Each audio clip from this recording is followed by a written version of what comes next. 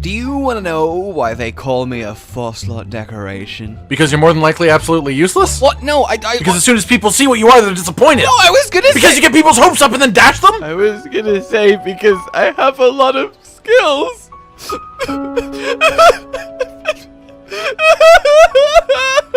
Hello, my fellow hunters. Today we talk the brand new decorations, the 4 slots, and the many, many combinations they offer. Seriously, there are hundreds of new decorations. How many Decorations! Enough. So today I thought I would try and simplify it a little bit and show you what you actually can get so you can do some planning for your builds, assuming the great GOG of RNG is willing. But first, a quick how do the 4-slot decorations actually work? How are they structured? Well, you have 2 main categories. Category 1 is just gives a lot of skill. Alright, plain and simply, you have the skill plus and you have the hard decorations, and in both cases it's just multiple ranks of a skill.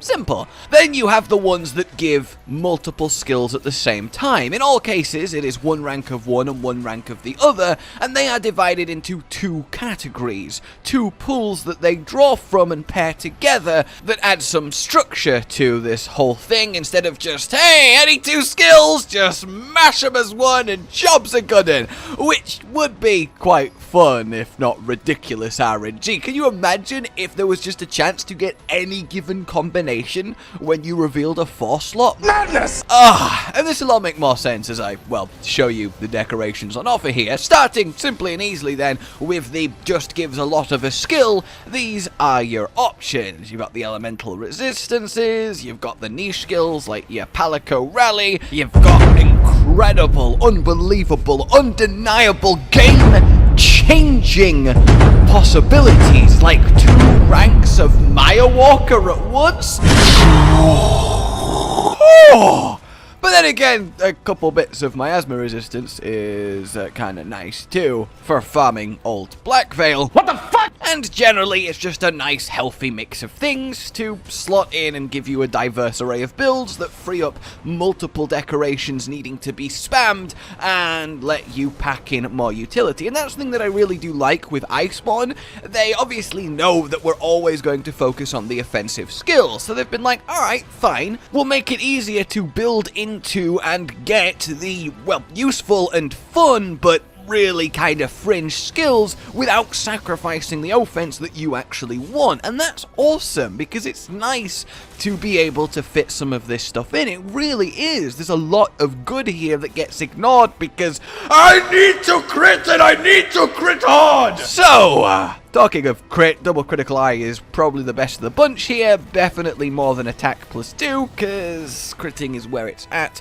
In Iceborne, it is worth much, much more than raw attack, so it's nice that we get one for free.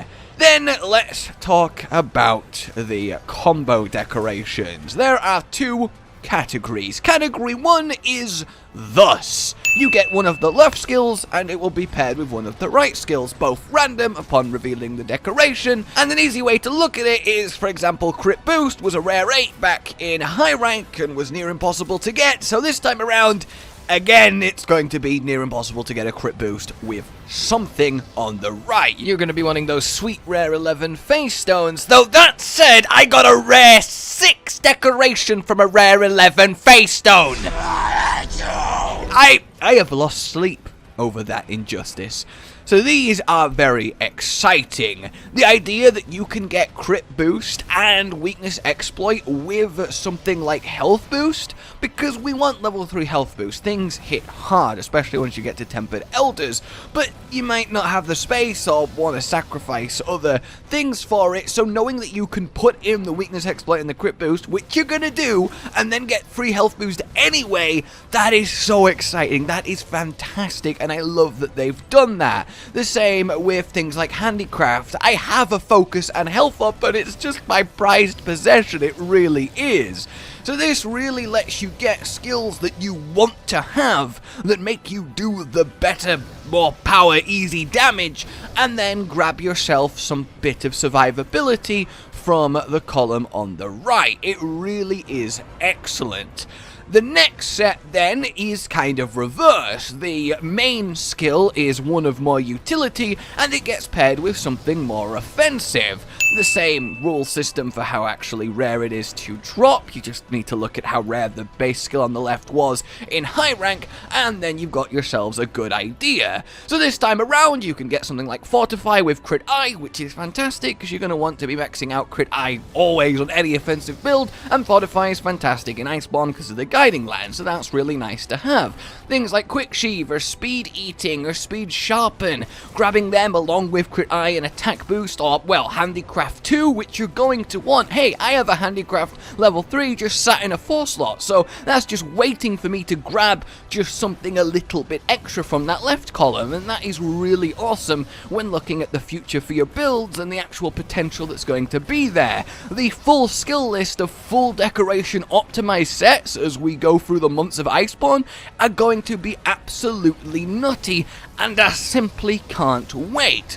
So of course feel free to pause, have a look at everything that you can get, what you'd like to get, what you aim for, which ones are quite exciting to you, that's the main question. But at the end of the day, this is essentially every Iceborne hunter in like a year's time. My power is maximal. Power! Builds that are still dripping with helpful utility skills.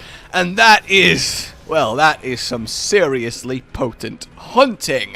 Alright guys, I realized this was just a little one to, well, let you know what's what, and I realize this information's been around in various formats, but hopefully this makes it quite easy to digest and understand. Like if you enjoyed this, subscribe for more, and I will see you next time. Goodbye.